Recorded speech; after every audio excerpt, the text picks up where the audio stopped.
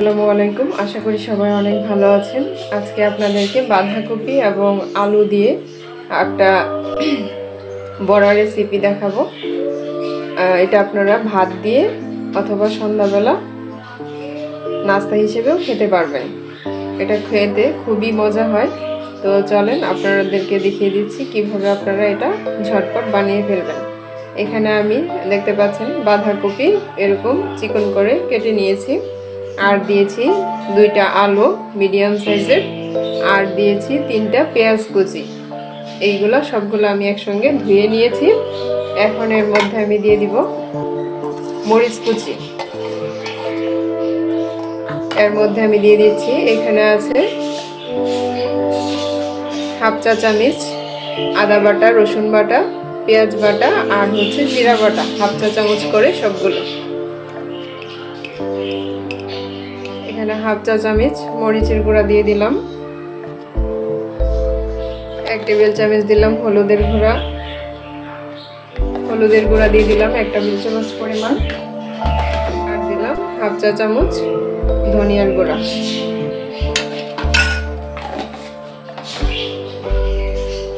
আমি এখানে হাফ চা চামচ পরিমাণ কালি জিরা দিয়ে দিলাম, 1 টেবিল চামচ পরিমাণ লবণ।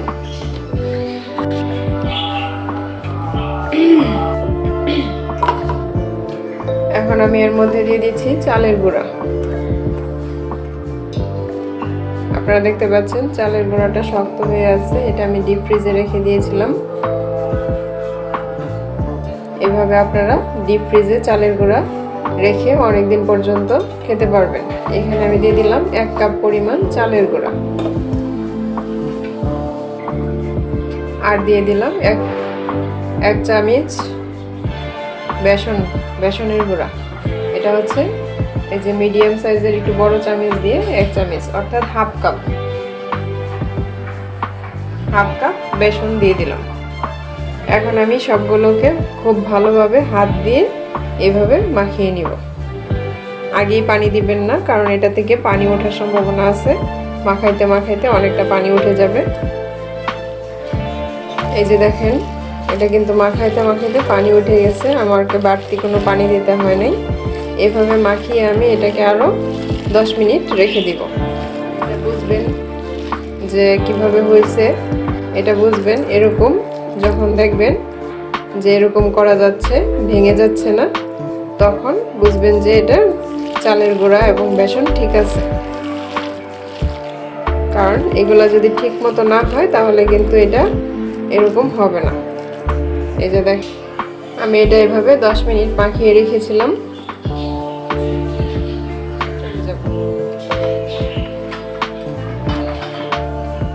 আপনারা দেখতে পাচ্ছেন আমি চুলায় একটা ফ্রাই প্যান বসাই দিলাম, এর মধ্যে তেল দিয়ে দিলাম।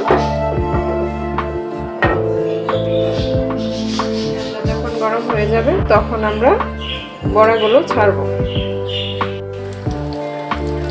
আমি এভাবে দিয়ে দিচ্ছি।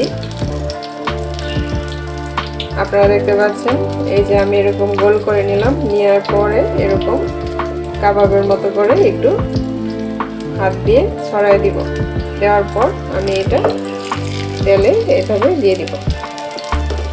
এভাবে আমি সবগুলো দিয়ে দিব। আর আপনারা দেখতে পাচ্ছেন এদিকে তেলে ফেনা উঠতেছে, কারণ এটা হচ্ছে সরিষার তেল। আপনারা চেষ্টা করবেন সরিষার তেল খাওয়ার। সরিষার তেলের অনেক উপকারিতা, আর না থাকলে সয়াবিন তেল দিয়েও করতে পারবেন। আমি সবগুলো দিয়ে দিলাম।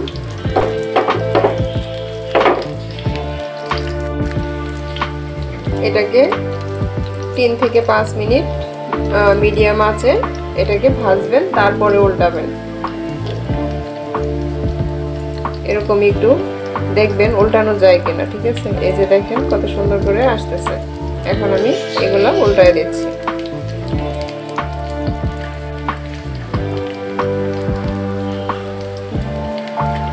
আবারও আমি 3-4 মিনিট এটাকে ভেজে নিব, তারপর আবার উল্টায় দিচ্ছি।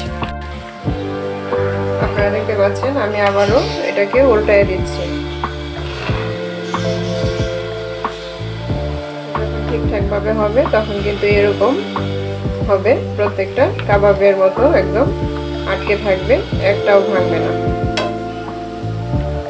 দেখতে পাচ্ছেন আমাদের কিন্তু হয়ে গিয়েছে। এরকম লাল করে ভেজে নেবেন সব, প্রত্যেকটা এরকম কালার আসার পর আমরা নামিয়ে নিব।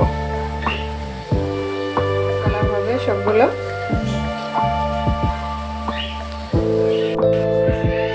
হয়ে গেল আমাদের অসাধারণ স্বাদের বাঁধাকপি এবং আলুর বড়া। এটা আপনারা অবশ্যই বাসায় ট্রাই করবেন, খুবই খেতে খুবই খুবই খুবই মজা হয়। সবাইকে অনেক ধন্যবাদ।